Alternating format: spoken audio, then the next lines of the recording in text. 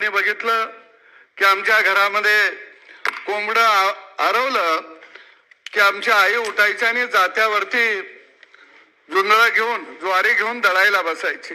बाप उठायचा आणि खंद्यावरती घागर घेऊन हिरीला पाणी आणायला जायचा. सगळं घरादारातलं तो पाणी भरायचा, जनावरांच्या गोठ्यातलं पाणी भरायचा.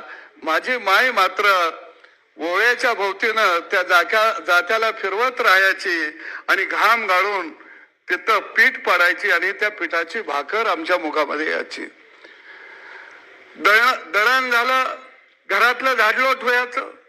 झाडलोट झालं की गोठ्यात जायचं, शानघाण काढायची, धारपाणी करायचं, पुन्हा वैरण पाणी जनावराला करायचं आणि मग घरात यायचं, स्वयंपाक करायचा. स्वयंपाक झाल्यानंतर माझी आई किंवा आमची माई माऊली पहिल्यांदा कधी जेवायला बसली नाही.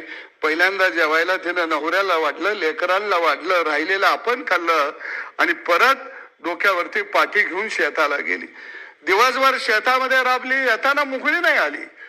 येताना डोक्यावर वैरणीचा भारा घेऊन आली. वैरण नसेल तर जळणाचा तर पिंडा घेऊन घराकडे आली.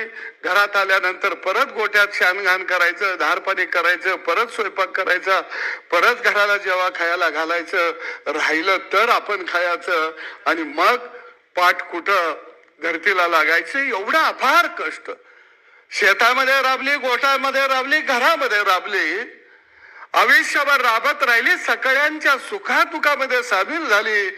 ती आमची घराची मालकी. आज खऱ्या अर्थानं तिला आम्ही शेतकरी म्हणून सन्मान देत आहोत. कारण